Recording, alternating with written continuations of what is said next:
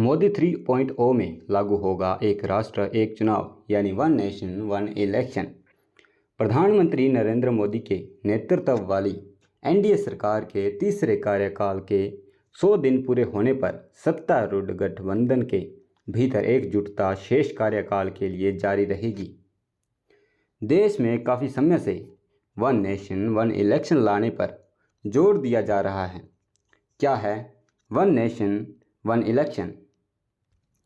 भारत में फिलहाल राज्यों के विधानसभा और देश के लोकसभा चुनाव अलग अलग समय पर होते हैं।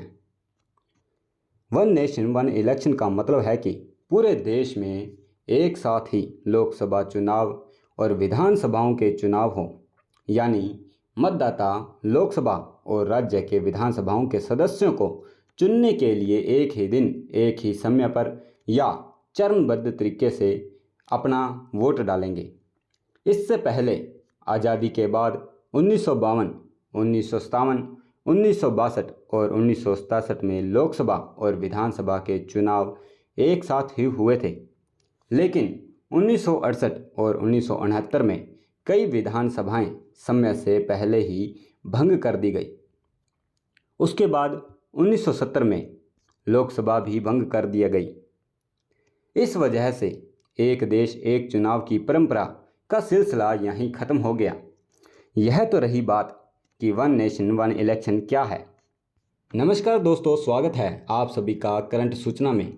आज हम बात करेंगे वन नेशन वन इलेक्शन के बारे में। आखिर यह कैसे काम करेगा और वन नेशन वन इलेक्शन समिति का क्या रहेगा काम, कितने चरणों में होंगे चुनाव, और जानेंगे कोविंद कमेटी क्या है।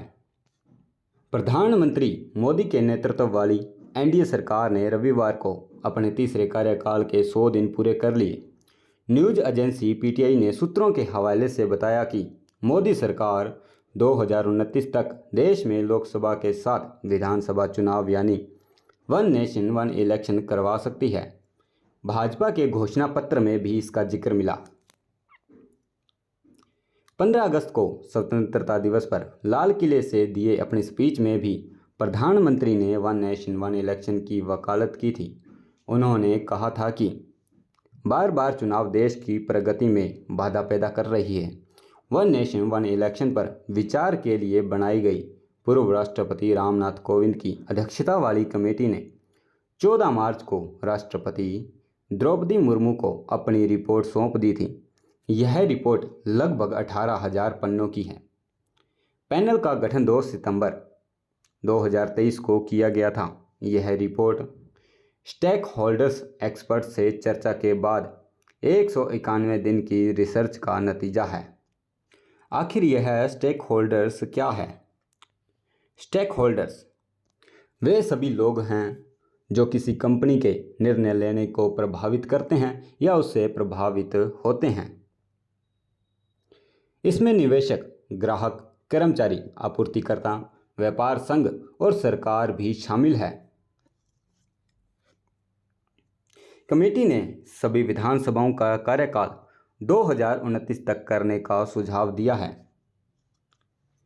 अब पैनल की बात करते हैं। पैनल के 5 सुझाव दिए गए जो कि महत्वपूर्ण हैं।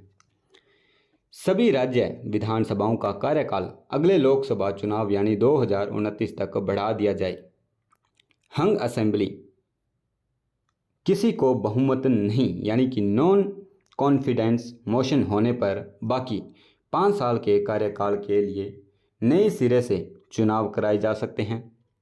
पहले फेज़ में लोकसभा विधानसभा चुनाव एक साथ कराए जा सकते हैं। उसके बाद दूसरे फेज़ में 100 दिनों के भीतर लोकल बॉडी के इलेक्शन कराए जाएं। चुनाव आयोग लोकसभा, विधानसभा, स्थानीय निकाय चुनावों के लिए राज्य चुनाव अधिकारियों के परामर्श से सिंगल वोटर लिस्ट और वोटर आईडी कार्ड तैयार करेगी। कोविंद पैनल ने एक साथ चुनाव कराने के लिए उपकरणों, जनशक्ति और सुरक्षा बलों की एडवांस प्लानिंग की सिफारिश की है।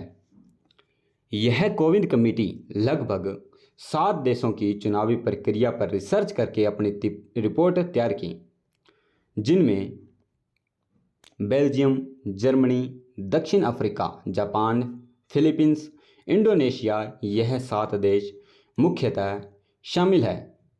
इस रिपोर्ट का उद्देश्य चुनावों में निष्पक्षता और पारदर्शिता लाना है, जिसका सबसे बेहतर तरीका है अंतर्राष्ट्रीय प्रथाओं की स्टडी और उन्हें अपनाना। पूर्व राष्ट्रपति कोविंद की अगुवाई में लगभग 8 मेंबर थे। पिछले साल 2 सितंबर को बनी यह कमेटी, जिनमें पूर्व राष्ट्रपति रामनाथ कोविंद, एक वकील हरीश साल्वे और 3 नेता अमित शाह, अधीर रंजन चौधरी, गुलाम नबी व 3 पूर्व अफसर NK सिंह, सुभाष कश्यप, संजय कोठारी शामिल थे, जो कि 23 सितंबर 2023 को दिल्ली के जोधपुर ऑफिसर हॉस्टल में one nation one election committee की पहली बैठक हुई। अभी ऐसी है वन नेशन वन इलेक्शन की संभावना। एक देश एक चुनाव लागू करने के लिए कई राज्य विधानसभाओं का कार्यकाल घटेगा। जिन राज्यों में विधानसभा चुनाव लगभग 2023 के आखिर में हुए, उनका कार्यकाल बढ़ाया जा सकता है। रिपोर्ट में यह भी कहा गया था कि विधि आयोग के प्रस्ताव पर सभी दल सहमत हुए तो यह 2029 से ही लागू होगा। साथ ही इसके लिए दिसंबर 2026 तक 25 राज्यों में विधानसभा चुनाव कराने होंगे। यह चुनाव प्रक्रिया लगभग 2 चरणों में कंप्लीट होगी, जो कि पहले चरण में 6 राज्य व दूसरे चरण में 11 राज्य होंगे। पहले चरण में 6 राज्यों के चुनाव 2025 नवंबर में होंगे, जिनमें बिहार, असम, केरल, तमिलनाडु, पश्चिम बंगाल और पुडुचेरी शामिल है।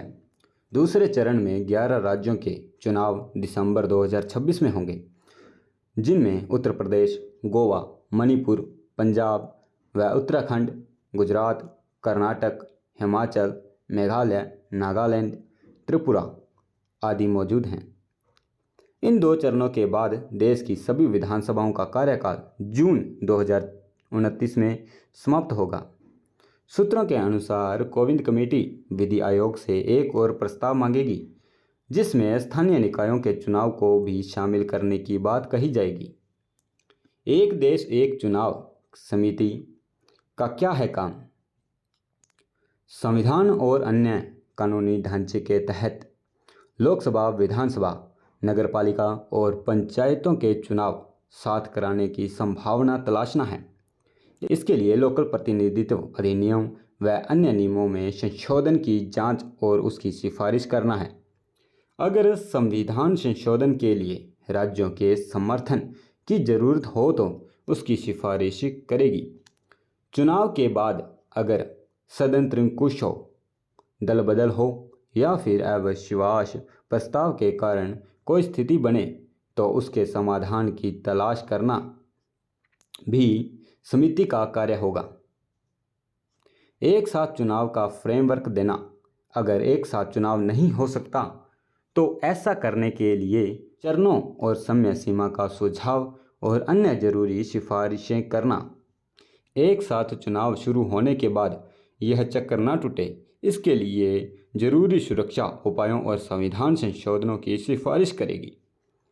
एक साथ चुनाव कराने के लिए EVM, वीवीपैट, मैन पावर सहित अन्य ज़रूरतों का आकलन भी करना।